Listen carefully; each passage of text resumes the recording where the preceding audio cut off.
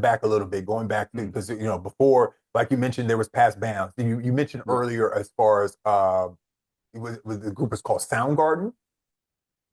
Soundgarden. Was it Soundgarden, or it was the group before the vocalist that you had worked with before? Oh, I do like Soundgarden, but I meant Jupiter Garden. Yeah. Jupiter Garden. Yeah, Yeah. Soundgarden's a great band. yeah, I know. Yeah, that's what I knew that sounded familiar. I'm like, yo, that sounds like a band that already exists. Yeah. But And before, like, there was an approach then because I remember there was an actual vocalist. But when it comes yeah, to Moondahlia, there's yeah, not much as far as vocals. It's just focusing on the instrumental part.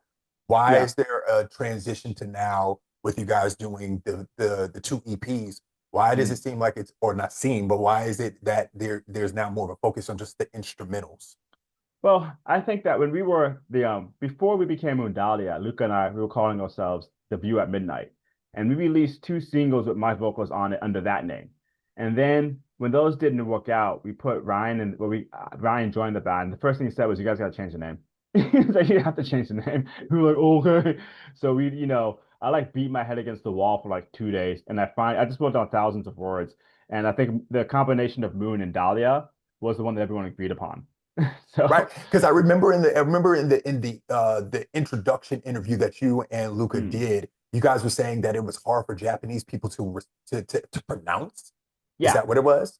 I think it was just convoluted for everyone. Because like even for me, I didn't call it in my mind. I referred to it as Tavam. So like like using the Swedish pronunciations like T and V. Like I've read it like in Swedish because like TVAM is hard to say.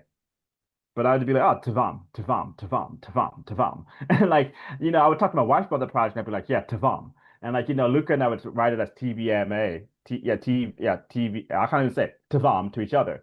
So like, when Ryan came in, he was like, guys, you gotta change the name. Like it's too much. And we were like, all right. So we named our first EP The View at Midnight, and then we went back to be changed because it was just hard for everyone. Like it was hard for Japanese for certain reasons. It was hard for English speakers for certain reasons. It was just unnecessarily convoluted. Now, why did you mention Swedish? Do you speak Swedish or Ja, something like that? jag pratar svenska. Yeah. Where did that come from? ADHD. Yeah. Because I lived in Germany and I ran into, Yeah. definitely several Swedish people, especially when I went Yeah. up to northern Germany and stuff. I'm like, Yeah. Yeah. but that was one of the countries that I regret not going to. Have you been there Hmm. yourself? Not yet. No, because I was a poor English teacher and I was also a musician. So the funds weren't there. No, it's definitely a country I regret not going to. So Yeah. with Moondahlia, you guys, before you came out with your debut EP, Hmm. uh, with The View at Midnight, you had two singles that came out to kind of promote the project. You had Hmm. Candle and Flame and Hmm. Almaty Afterglow.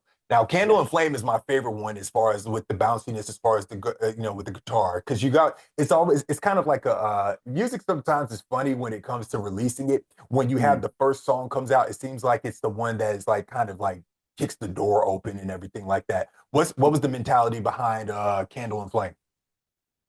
Just get it out finally. Because like Candle and Flame was one of the songs that had vocals on it originally when we were Tavam. And then we recalled it and then we released it. And instead of my vocals, the place of that we had Ryan's guitar. And like Luca and I, we were beside ourselves. We were just like, we were so happy. And like, one of the things that Ryan pushed for was also us mastering our song professionally. Because at that point, I had been mixing and then mastering myself. And I have confidence in my mixing abilities, but it is good to have fresh ears approach it from a mastering point of view. So like, Ryan put us in touch with one of his sound engineer friends who mastered it. And Luca and I were just like, Yeah, so we yeah. were very happy to just finally have it out because we had finished the EP, I want to say like in November of 2024, but then we released some songs with lyrics on it and we recalled them and then we had to do some restructuring. And for whatever reason, we didn't have it done and ready to go until like, March, April of 2025. But Luca and I finished our parts like back in November. So we were just finally happy to have something out to represent, us and the growth that we had gone through. There was 8 tracks on there. You had the first and the first track and the last track, page one and page 99. Those were the only two from what I remember that had, well, it was more so, it wasn't like vocals, but it was like spoken word on there. And it has like Yeah. a romantic approach to it.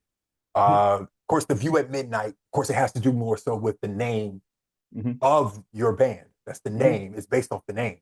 Mhm. but why was there a romantic touch to it with page one and page 99? Emo baby. So it's not too much to think about. It's just like that's just how y'all felt. Yeah. No, because like, I'm still a scene kid at heart. So like, like Ah, yeah, after I graduated from new metal, I was really into like, post-hardcore and like emo violence and all those bands.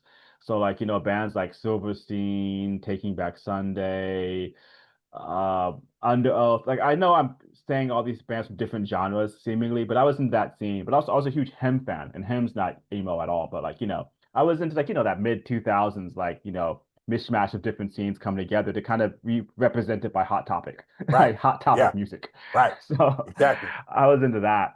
But I think for me, like I remember as a teen, I loved Blink-182's self-titled album. And Yeah. like I think that interlude where like, some guy was writing to his wife where he was at war. And then I think the girl responded to it in another interlude. And I was like, that's fresh.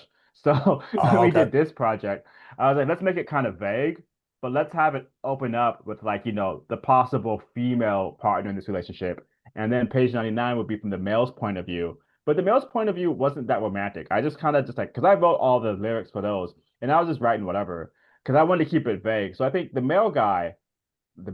So I think the male character is kind of like looking towards the next stage of his life after accomplishing a goal. And for me, that's the most terrifying part after achieving a goal is, well, what now? Like what now? Like this Exactly. is done. Exactly. What now? Yeah. But the female character, I wrote that from more of like a longing point of view. Like, oh, like if you look at the same moon, you and I are under it. So like that's like the view at midnight. You know what I mean? That part. And Got then it. the other guy, it's midnight and he's standing over a valley, like, where am I going? Like what am I gonna do? So it's like it's two different views that do seem vaguely romantic, but they're just vague because I just want them to be nothing burgers, to be honest with you. That's all I'm about to say. Because I'm like, it seems like this was kind of served like the hopeless romantics to a certain extent. Yeah. You know what I'm saying? Ain't nothing wrong with that. Emo, emo. Hey, ain't nothing wrong with that. Yeah, like I said, hey, those themes definitely do exist, especially when we talk about girls want to look at the moon and Yeah. everything. Because also that what I noticed with the project too, there was a lot of turntable Yeah. involvement with it. Because I did definitely hear when I listened to Dreams in a Valley, there was a little bit more of Yeah. the scratching vibe to it, and Yeah. that as far as of course there was